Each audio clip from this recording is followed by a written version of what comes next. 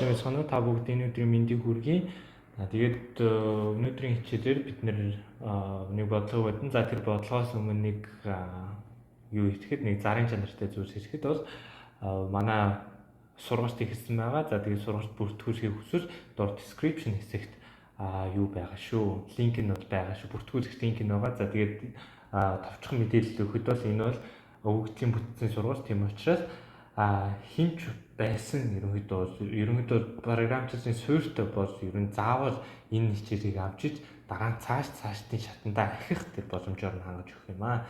За тэгээд хэдүүлээ бичлэг рүүгээ орцгоо. За тэгэхээр өнөөдөр бидний бодох ёстой бодлого юу вэ гэхээр is subsequence гэдэг нэртэй бодлого байна. За тэгэхээр энэ бодлого нь яадаг бодлого вэ гэхээр хэдүүлсэнд нь хоёр стринг өгдөг нь байна. S болон T гэдэг стринг. За хэрвээ S гэдэг стринг нь T гэдэг стрингийнхаа subsequence болвол хэдүүлээ true гэдэг утгыг буцаана. Хэрвээ үгүй бол false гэдэг утгыг буцаана. За тэгэхээр subsequence гэдэг нь өөрөө юу гэсэн үг вэ гэхээр хэдүүлээ тухайн стрингээс хид хідэн одоо character тийм ээ хид хідэн тэр нөгөө нэг юунуудыг нь утгуудыг нь арилгахчвал энэ стринг болдог. За тэгэхээр өнөөдөр бол одоо жишээн дээр илүү тодорхой болж харагдана. За тэгвэл хэдүүлээ A, H, B, G, D, C гэдэг стрингээс хэдүүлээ H-ийг нь байхгүй болгоо, G-ийг нь байхгүй болгоо, D-ийг нь байхгүй болгочихвол A, B, C гэдэг стринг үүсээд хэдүүлээ S-тэй ижилхэн стрингийг үүсгэж чадчихна. Тийм учраас хэдүүлээ true гэдэг утгыг буцаад. За тэгвэл хэдүүлээ өөр жишээ авч үзье та. A, B, E гэдэг жишээ авч үзье. Тэгвэл A, B, E гэдэг жишээн дээр хэдүүлээ энэ стрингээс яаж чичээгээд A, B, E гэдэг стрингийг гаргаж авч чадахгүй шүү дээ. Мөн нөгөө талаар A, C, B гэдэг стрингийг мөн энэ стрингээс ямар ч яаж чичээгээд гаргаж авч чадахгүй. Юу гэж дараад хэдүүлээ гаргаж авч чадахгүй. За тийм учраас энэ бол ерөнхийдөө хэдүүлсийн хувьд бол юу болж байгаа юм бэ? ABC-ийн л зөвхөн subsequence болж чадж байгаа юм. За тийм учраас энэ true гэдэг утгыг буцааж байна. За тэгэхээр хэдүүлээ одоо subsequence гэдгийг ерөнхийдөө юу вэ гэдгийг ойлгосон баг. Тухайн стрингээс хид хидийн стрингийг нь дараад өөр стрингийг гаргаж авч чадж тэр гаргаж авч байгаа стринг нь бол subsequence байгаа юм. Тийм ээ дүүсгийнх нь. За тэгэхээр энийг хэдүүлээ яаж бодох юм бэ? Бодох хэдэд арга ус байгаа. Хэдүүлээ хэдүүлээ hash set ашиглаж болно. Hash map ашиглаж болно. За бүр хэцүүгээр бодгийг хэдүүлээ try буюу prefix tree гэдэг зүйлийг хэдүүлээ ашиглаж бодож болно. За гэтээ хэдүүлээ заавал ийм хүндрэлтэй байдалд өөрсдөө орохгүйгээр илүү амархнаар хэдүүлээ яаж бодож болох юм бэ гэдгийг хэдүүлээ харцгаая. За тэгвэл хэдүүлээ юу авах хэрэгтэй вэ гэж хэдүүлээ I гэдэг нэг хувьсагч авчиж тэр бол тэгтэй тэнцүү. Яагаад тэгтэй тэнцүү вэ гэвэл ямар нэгэн string стрингийн ихний индекс бол тэгтэй тэнцүү байна тийм ээ. За тэгвэл J гэдэг нэг тэр бол мөн тгээс гэнэ. За тэгээд хэдүүлээ яг ижлэгэн жишээн дээр за I нь болохоор T гэдэг энэ стрингийнхаа дундуур юм. J гэдэг бол S гэдэг энэ стрингийн дундуур нь явах нэ. За гэхдээ хэд хэдэн дүрмээр бол дундуур юм. За тэмдээ тэр хэдүүлээ ямар дүрмээрийг нь хацгаая. За тэгэхээр хэдүүлээ ихлээр стрингээ биччихье те. A, H, B, G, D, C.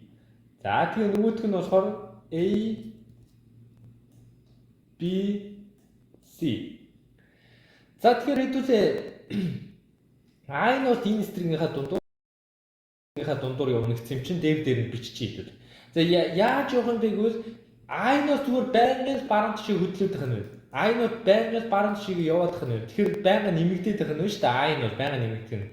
J нь ямар үед нэмэгдэх юм бэ гэвэл I дээр байгаа стринг за би энэ бол I нэдийн индекс ч гэсэн string гэдээ та нар бодчоорой. I дээр байгаа string, J дээр байгаа character одоо энэ хоёр I дээр байгаа character, J дээр байгаа character хоёр хоорондоо тэнцэхэд хоёр үсэг нь хоорондоо тэнцэхэд J-ийг баруун тишээ нь явуулах буюу хэдүүлээ нэмэгдүүлэх нэ, J-ийг нэмэгдүүлэх.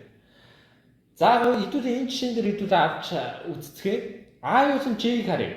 I болон J-ийг харсан чинь хоорондоо ижилхэн үсгэн дээр байна те AA гэдэг ижилхэн үсгэн дээр байна. Тийм учраас хэдүүлээ J-ийг нэмэгдүүлчихье. Буюу баруун тишээ нь явуулчихъя. За энэ B-г нь өөрөөр бичиж. За B нь бол яг ижилхэн B шүү.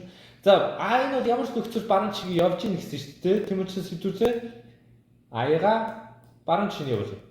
Тэгээ ингээ харсан чинь хэдүүлээ харсан чинь эндээс IG хоёр нь хоорондоо тэнцэхгүй байна тийм ээ. Энэ нөхцөлд тийм учраас хэдүүлээ I-га явуулчих. I нь ямар ч нөхцөл баруун тишийг байна шүү дээ. Одоо IG хоёр нь одоо хоорондоо тэнцчих. Тийм учраас хэдүүлээ J-гээ баруун тишийг явуулсаа I нь угаасаа ямар ч нөхцөл баруун тишийг явуулчих байна. Одоо IG хоёрын хоорондоо харсан чинь IG хоёр нь хоорондоо тэнцүү биш байна. Тийм учраас I-га дахиад баруун тишийг явуулсаа тэнцүү биш байна. Тэгэхээр баруун тишийг явуулсаа тэнцүү байна.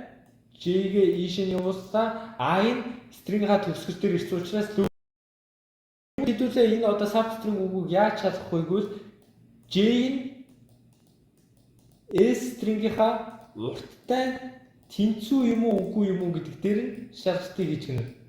Яагаад энэ шалгалтыг хийж байгаа вэ гэхээр угаасаа хэрвээ subsequence үгээр угаасаа J нь S-ийнхаа бүх одоо элементийн дундуур нь явцсан байна гэсэн үг шүү дээ, тийм ээ.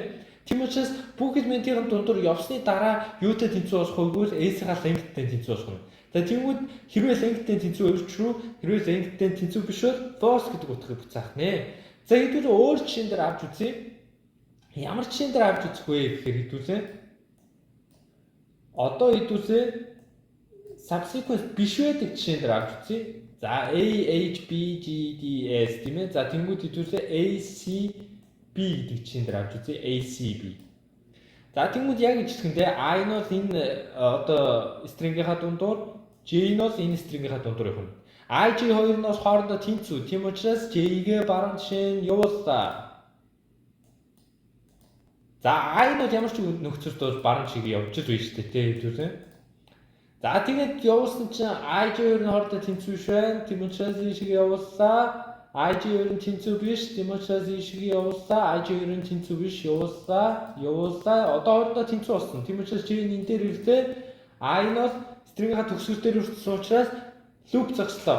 За одоо эндээс яах вэ гэхээр хэдүүлээ J-гээ S-ийнхаа length-тэй нэрцүүлж тийм ээ.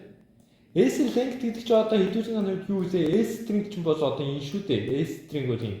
S length гэхээр одоо хэдүүлээ. За энэ бол length тийм ээ. 3-тай тэнцүү. Тэгэхэд хэдүүлгийн J нийтдээ тэнцүү. J нь 2-тай тэнцүү шүү дээ. Тийм учраас энэ хоёр хоорондоо тэнцүү биш.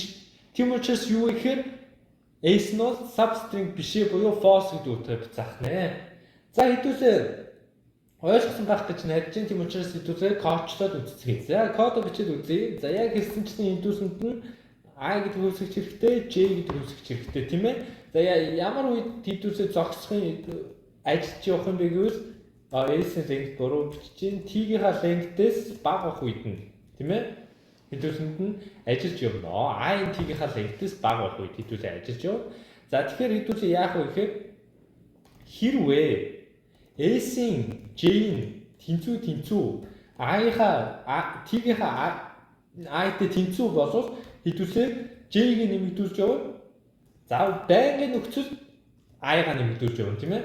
За тэгээд хэдүүлээ return J-ийн S-ийнхаа length-тэй тэнцүү юм уу үгүй юм уу гэдгийг хэдүүлээ return хийхэд ерөнхийдөө хэдүүлэн хариу болох нэ. За гэхдээ энэ дээр нэг зүйл буруу гарч ирж магадгүй. Тэр харцгаая. За гэхдээ зөв гарч ирж байна. За энэ дээр нэг зүйл нэмж болох зүйл нь юу вэ гэхээр хэдүүлээ зүгээр энэ дээр хэрвээ S-ийн length нь T-ийнхаа length-ээс илүү гараад ирвэл яг нь шууд return false хийх. Тэгээ за энэ нь бол илүү одоо аюулгүй болгож өгч байгаа хэдүүлэн кодыг. За энэ бол хэдүүлэн кодыг илүү аюулгүй болгож өгч байна. Яг тэгвэл S-ийн length нь илүү гараад ирэх үед түлээ угаас шууд false буцааж ийн гэдэг нь ямар нэгэн тэр одоо хидэн бас юунуудыг operation хэмжиж штэ тий.